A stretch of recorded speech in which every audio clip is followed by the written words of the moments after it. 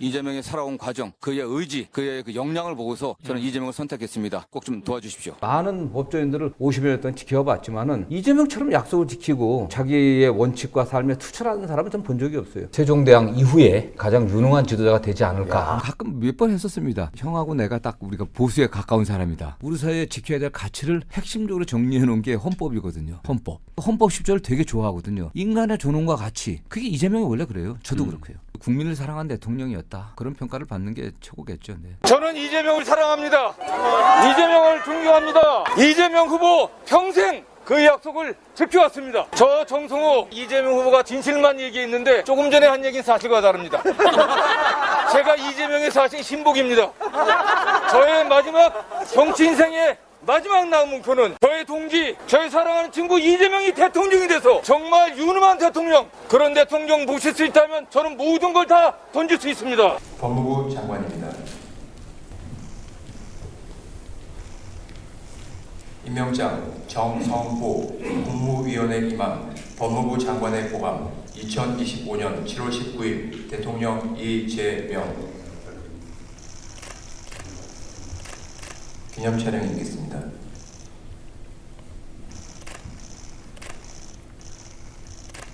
감사합니다.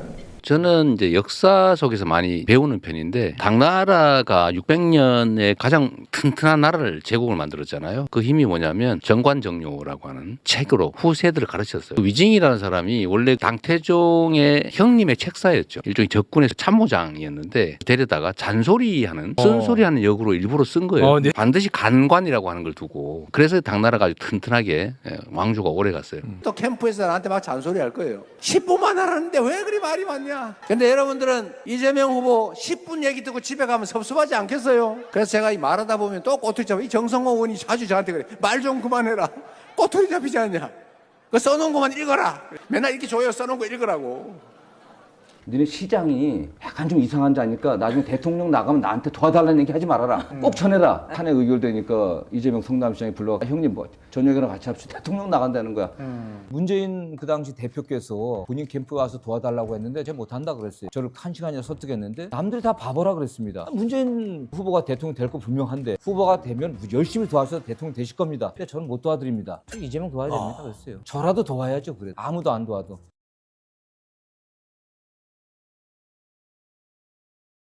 이재명 후보 캠프의 총괄 본부장이신 정성호 의원 모시고 자세한 말씀 들어보도록 하겠습니다. 문재인 후보가 뭐 준비된 대통령이라고 얘기를 하시면서 하지만 후보의 가치관과 철학이 준비돼야 되지. 주변에 사람을 많이 끌어다 놓고서 뭐 학생들 가르쳐야 될 폴리페스들 한 1000명씩, 과거 국민의 정부, 참여정부 때 인사들, 과거 기득권 세력들 이런 사람들을 갖고서는 개혁이 될 수가 없습니다. 바닥의 국민들, 99%의 국민들과 함께 갈 수 있는 그런 의지와 철학이 있는 이재명 후보가 저는 적임이라고 생각합니다. 저는 한 30년 이재명을 지켜봐왔습니다. 늘 정의를 위해 싸워왔고 계산하지 않고 왔습니다. 늘 국민과 함께 와왔고 우리 사회 부패와 반칙과 특권을 없애려고 해왔습니다. 이재명의 살아온 과정, 그의 의지, 그의 그 역량을 보고서 저는 이재명을 선택했습니다. 꼭 좀 도와주십시오. 연수원 들어가서 그 당시 뭐 80년대 사법시험 합격하고 60년대 전원에서 태어나갖고서 초등학교, 중학교 60, 70년대 다녔는데 고생 안 한 사람이 없잖아요, 사실. 네. 고생 안 한 사람이 없는데 나도 내가 굉장히 고생하고 살아온 걸로 생각했는데 이재명 얘기하니까 지금 얘기할 수가 없더라고, 사실은요. 사법시험 합격하고 나면은 다 나중에 뭐 판사, 검사 같은 뭐 변호사가 돼갖고 우리 사회 사회적 약자들, 돈 없고 힘 없고 빽 없는 사람들 도와주겠다. 다 말은 그렇게 다 합니다. 약속 지키는 자들 별로 없어요. 성남에 가서 변호사 사무실 열어갖고 약자들을 위해 억울한 사람들을 위해서 일하겠다. 그렇게 얘기했는데 그 약속을 이재명이 지킨 겁니다. 그리고 일관되게 지금까지 그 약속을 지켜오고 온 거죠. 제가 구시학교에 수많은 법조인들, 선배들, 내 후배들 많은 법조인들을 50여 년 동안 지켜봤지만은 이재명처럼 약속을 지키고 자기의 원칙과 삶에 투철하는 사람은 전 본 적이 없어요. 더군다나 그 당시에 전두환 군사 독재 시절에 연수원 들어가고 노태우 초기에 우리가 수료했는데 그 당시에 판사 검사가 될 수 있음에도 불구하고 자기가 기억하고 싶지 않은 그 험난했던 그 어려웠던 그 동네에 다시 가서 억울한 사람들을 위해서 일하겠다라고 한 그 약속을 지키는 그런 용기를 실천한 사람은 제가 이재명 외에는 본 적이 없습니다. 저는 그가 저보다 훨씬 훌륭한 사람이고. 이재명 후보가 이제 교수들을 좀 모아놓고 공약을 만들어가자라는 얘기를 했어요. 그래서 이제 중심이 되는 교수님들을 좀 모아놓고 지사한테 한마디 얘기해라. 그랬더니 지사가 이제 이런저런 얘기를 했는데 제일 먼저 강조한 게 실용, 그다음에 통합, 그다음에 개혁을 맨 마지막에 얘기해요. 그래서 보통 세 가지 얘기할 때는 첫째, 둘째, 셋째를 얘기해도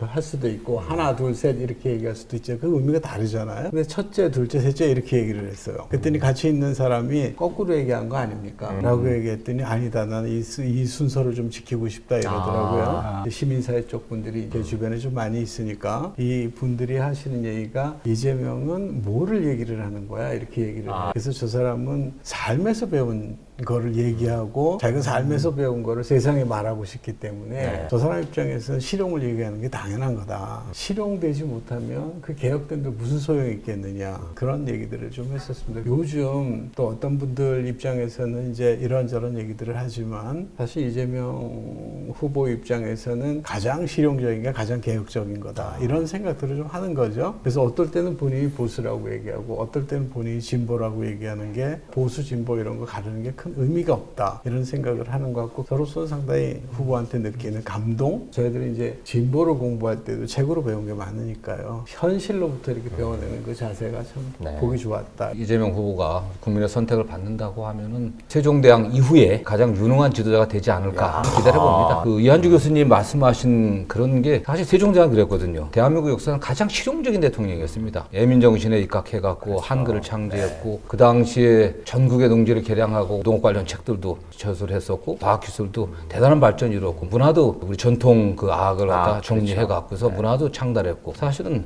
그게 실용이거든요. 국민들이 원하는 바였고 우리 시대에 우리 국민들이 원하는 그런 거 아니겠습니까? 결국은 국민들의 삶을 정치뿐만 아니라 경제, 사회, 문화 총체적으로 향상시킬 수 있는 그런 의지와 능력을 갖고 있는 그런 지도자. 저는 뭐 이재명 후보가 하는 실용이라고 하는 것이 개혁을 포기하는 게 아니라 정말 가장 실용적인 것이 가장 개혁적인 거고 그게 저는 세종의 리더십이라고 생각하고 있고 세종대왕 이후에 우리 사회 전체를 혁신시켜갖고 국민들이 좀 행복감을 느낄 수 있고 대한민국에 살고 있다고는 대한민국 국민으로서의 어떤 자부심을 갖고 만들 수 있는 그런 지도자가 될 자질이 있고 그렇게 되기를 희망합니다. 사실은. 사람 잘 안 바뀝니다. 전 그 면에서 이재명 후보가 중도 보수다고 하는 게 좀 맞는 얘기라고 생각해요. 그게 원래예요? 원래 그렇죠. 그러니까 이재명 후보하고 저가 둘이서 이렇게 만나서 얘기할 때 가끔 몇 번 했었습니다. 형하고 내가 딱 우리가 보수에 가까운 사람이다. 뭐냐면요. 보수가 지켜야 될 가치를 지키는 거 아니겠습니까? 그렇죠. 우리 사회에 지켜야 될 가치를 핵심적으로 정리해 놓은 게 헌법이거든요. 헌법. 헌법에서는 민주주의가 우리 정치적 기본 질서고 그다음에 경제로는 시장 경제입니다. 정치적으로 자유민주주의지만 국가안전보장, 질서유지, 공공복리를 제한할 수 있고 시장 경제지만은 우리 공익을 위해서는 경제민주화 규정도 있지 않습니까? 기본적으로는 민주주의와 시장 경제예요. 그 축을 갖다가 끌어갈 수 있는 것은 우리 국민들이 법을 지켜야 됩니다. 국민들뿐만 아니라 집권 세력들도 정치인들도 지켜야 되잖아요. 법치주의 이걸 존중하면 이게 보수 아니겠습니까? 그런 의미에서 정말 어디가 돈 안 받아 먹고 부패하지 않고 법 지키려고 하고 그런 의미에서 보수가 맞는 겁니다. 이 대표가 제가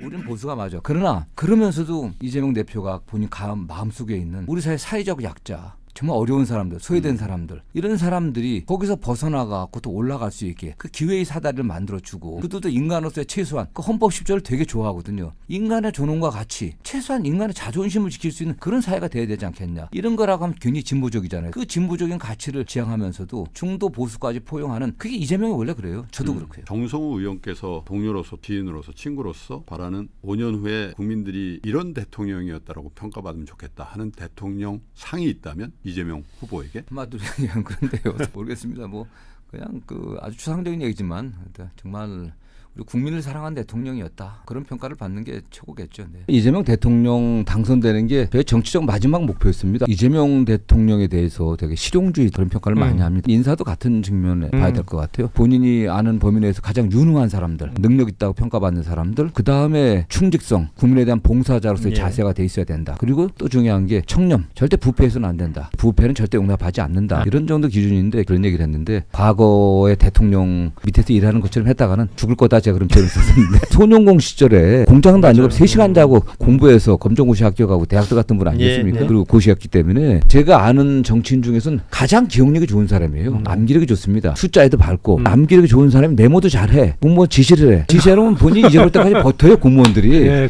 2달만 지나면 다 잊어먹어. 챙기는 사람도 없어. 이재명 대통령은 그럴 가능성이 없다. 때 되면 딱 물어볼 겁니다. 짐 싸겠죠. 이재명 대통령의 강점이 한담을 합니다. 평상시에 자주 했던 얘기가 헌법 1조, 헌법 10조입니다. 헌법 1조는 대한민국 민주공화국이다. 대한민국의 주권은 국민에게 있고 모든 권력은 국민으로부터 나온다. 권력을 위임받은 게 아니라 권한을 위임받은 것이다. 늘 국민 앞에 겸손해야 된다. 그런 말씀 늘 하시거든요. 그렇게 하는 목적은 뭐냐? 헌법 10조. 모든 국민은 인간으로서의 존엄과 가치, 행복을 추구할 권리가 있다. 이 말씀 자주 하시거든요. 그게 정치하는 목적 아니겠습니까?